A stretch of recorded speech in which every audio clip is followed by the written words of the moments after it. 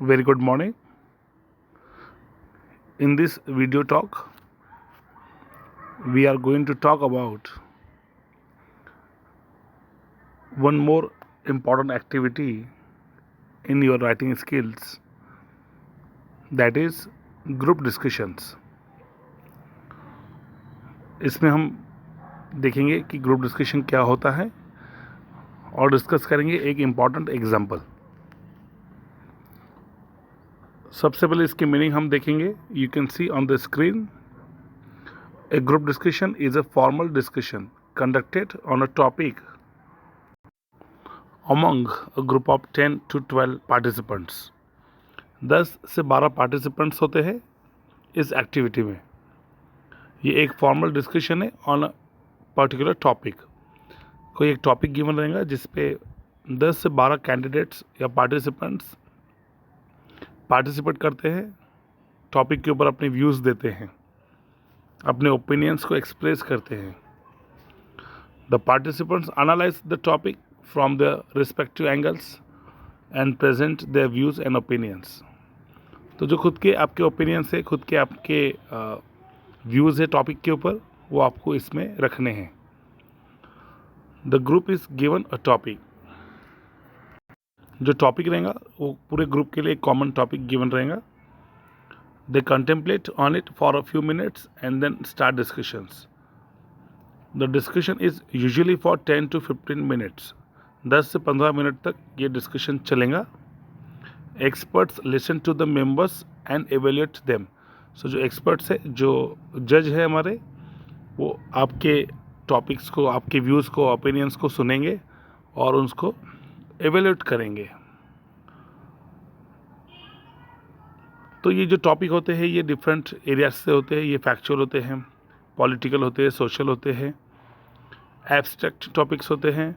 Sometimes case study दी जाती है study करने के लिए या फिर डिस्कस करने के लिए. तो अलग अलग टॉपिक्स होते हैं अलग अलग एरियाज़ के.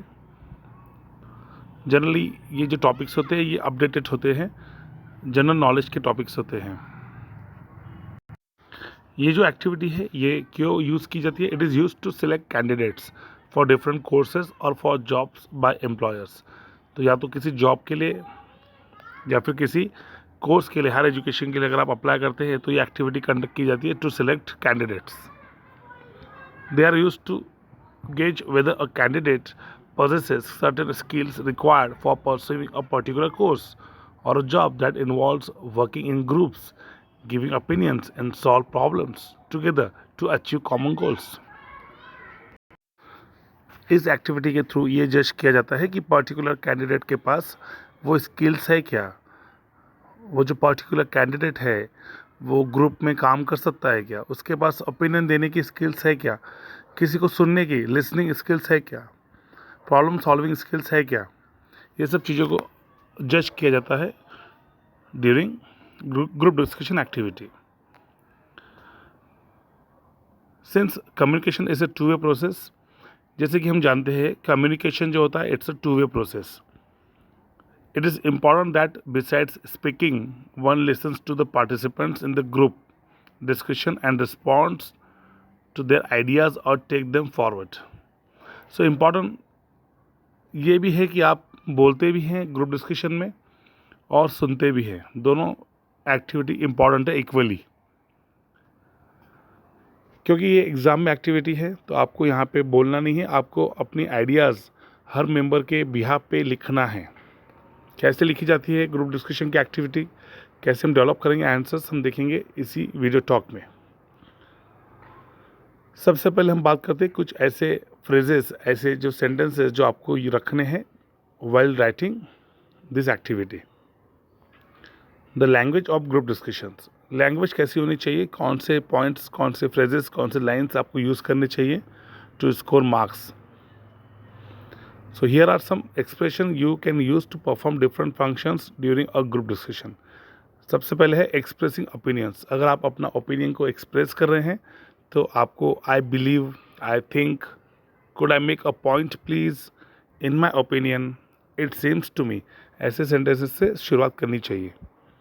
Expressing agreement. अगर आप किसी के पॉइंट से एग्री होते हैं, सहमत होते हैं, तो आपको absolutely you are right, I fully agree with, इन सेंटेंसेस को यूज़ करके ही आगे बढ़ना चाहिए। एक्सप्रेसिंग डिसएग्रीमेंट, हो सकता है कि आप सहमत नहीं हैं किसी से, आप असहमत हैं, तब आपको I am afraid, I don't agree with, I am sorry but I see it a little differently, I can see your point but you may have something there, but I respect your point of view but I am sorry I can not go along with you on. इन sentences को use करना चाहिए। Suggesting, अगर आप कुछ suggest कर रहे हैं ग्रुप को तो आपको बोलना चाहिए I think we should, why don't we, let's, couldn't we, don't you think we could.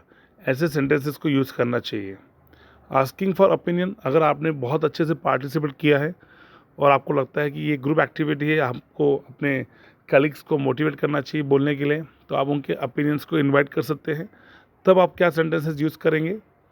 What is your opinion on, what do you feel about, I wonder, what do you think about, I would like to know your stand on.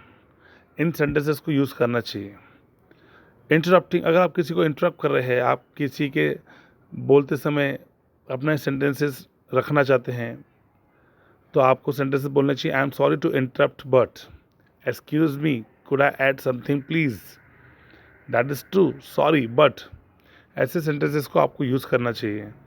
Handling interruptions, अगर आपको कोई interrupt कर रहा है, आपको उस चीज़ को handle करना है, आपको उसको रोकने अपना पॉइंट कंटिन्यू करना है, तो आपको सेंटेंसेस बोलने चाहिए, फ्रेजेस बोलने चाहिए। Just a moment please, could I finish what I am saying, if you would just let me finish, could you wait for a minute please.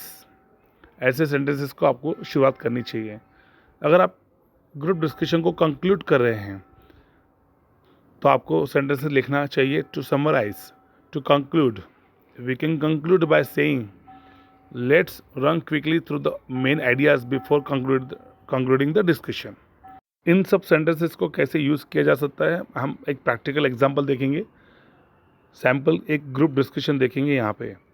Evaluator, सबसे पहले इवेल्युएटर है, मतलब जो जज है, जो एक्सपर्ट है, जो आपको असेस करने के लिए बैठे हैं, उनके आपको जो सेंटेंसेस है वो गिवन रहेंगे एग्जाम में। वो कहते हैं कि you have all being given a few minutes to think on your topic for today's group discussion.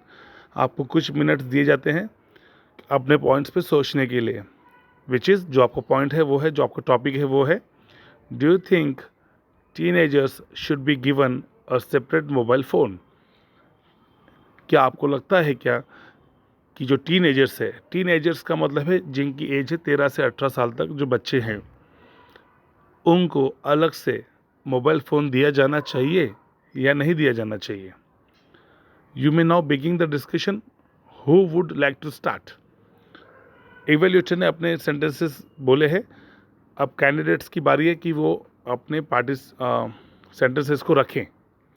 अब ये जो पार्टिसिपेंट्स है, मनीषा, अनामिका, जॉन, अनामिका, इनके सेंटेंसेस आपको एग्ज़ाम में लिखने हैं। आपको ये एक्टिविटी एग्ज़ाम में राइटिंग स्किल्स में दिया जाएंगी फॉर 4 मार्क्स। आपको इन पार्टिसिपेंट्स के जो डायलॉग्स है, जो इनके ओपिनियंस है, वो आपको खुद डेवलप करने हैं और लिखने हैं एग्ज़ाम में। फॉर एग्ज़ाम्पल, मनीषा ने पार्टिसिपेट किया है सबसे पहले। क्या कहती है मनीषा, आप देखिए। I think the topic of this discussion is very relevant to all of us here. As teenagers, we are so fond of our mobile phones and its different features that have become irresistible to us. I feel mobile phones are quite necessary. They are quite helpful for educational purpose. We can get support for their various subjects just at the click of a button. तो मनीषा ने agree किया इस point से कि teenagers को mobile मिलना चाहिए क्योंकि वो एजुकेशनल पर्पज़ के लिए बहुत यूज़फुल है, हेल्पफुल है। अनामिका ने एग्री किया है मनीषा को, इसलिए उसने सेंटेंस यूज़ किया, I also agree with Suhasini because nowadays people use smartphones and they can get access to any information they want, like travel information, recipes, courses, colleges etcetera. तो इन्होंने भी एग्री किया है कि टीनेजर्स को मोबाइल फ़ोन दिया जाना चाहिए सेपरेट से।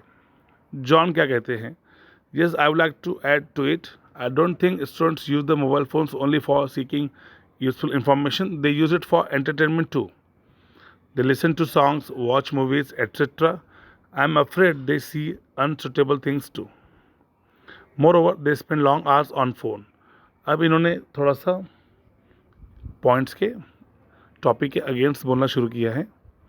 Anamika, yes Deepak, you are absolutely right, but I think parents have made them aware of the abuses of the mobiles and they are mature enough to understand how to use the mobile phones productively. तो ये discussion continue चल रहा है. कोई agree कर रहा है, कोई अपोज पॉइंट्स के अपोज में बोल, कोई टॉपिक से सहमत होगा, कोई टॉपिक से सहमत नहीं होता है. तो जो भी आपके ओपिनियन है, जो भी आपको लगता है, आप उसको डेफिनेटली आप उसको रख सकते हैं.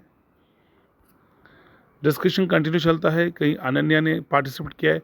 Yes, all this is true, but don't you all agree that they do see unwanted things and waste their time in things not suitable for their age group.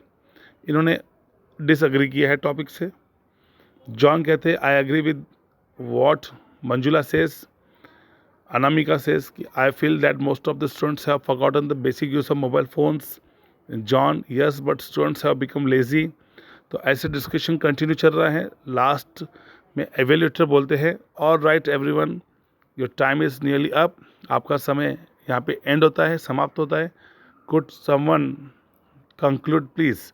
कोई आप में से इस टॉपिक को कंक्लूड करना चाहता है क्या, या कर सकेगा? तो जॉन ने इनिशिएटिव लिया है और उन्होंने कंक्लूड किया है.